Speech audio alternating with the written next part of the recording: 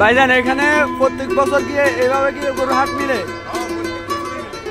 তো কিরকম গরু উঠে এখানে হাসিল কত না এখানে আর কম নাই ওইবারকে কত ছিল ওইবার কাছে এবার একটু বেশি না মনে হয়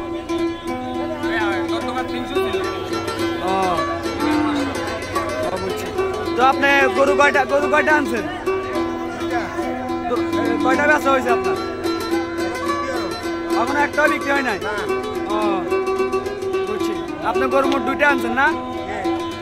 নবগ্রাম আমিন বাজার বিশাল এক বড় গরু বাজার নোয়াখালী কবিরহাট উপজেলায় অন্তর্গত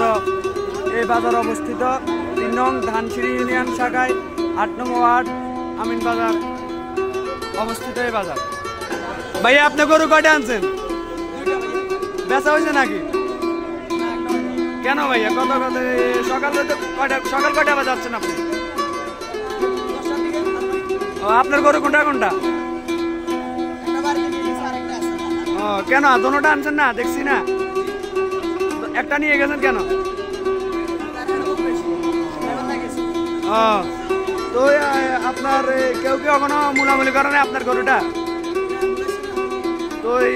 আপনি কত চাচ্ছেন গরু এটা তো আপনার ক্রেতা কত বলতেছে ও আচ্ছা আচ্ছা আচ্ছা ভাইয়া এবার এই গরু বাজারটা কি প্রত্যেক বছর মিলে নাকি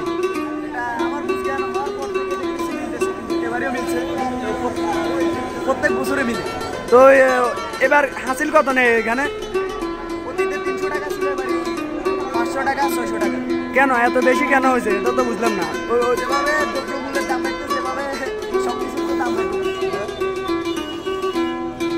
তাও গরুর হিসেবে যাইতে ডর লাগে যদি লাথি মারে কত দূরের মানুষ চলে এসেছে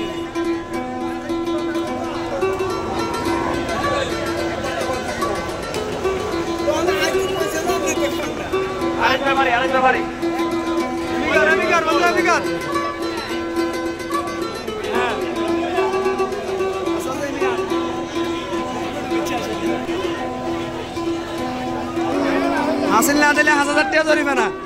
30 টাকা না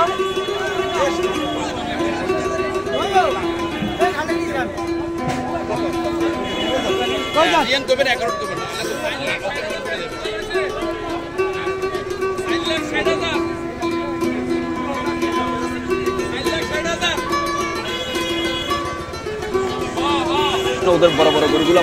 ভাঙতে পারে যেন কোনো ধরনের সমস্যাগুলো না হয় ওনারা যেন 2 টাকা বাড়তি পায় এবং কি আমাদের ওনাদের এর বাইরেও মনে করেন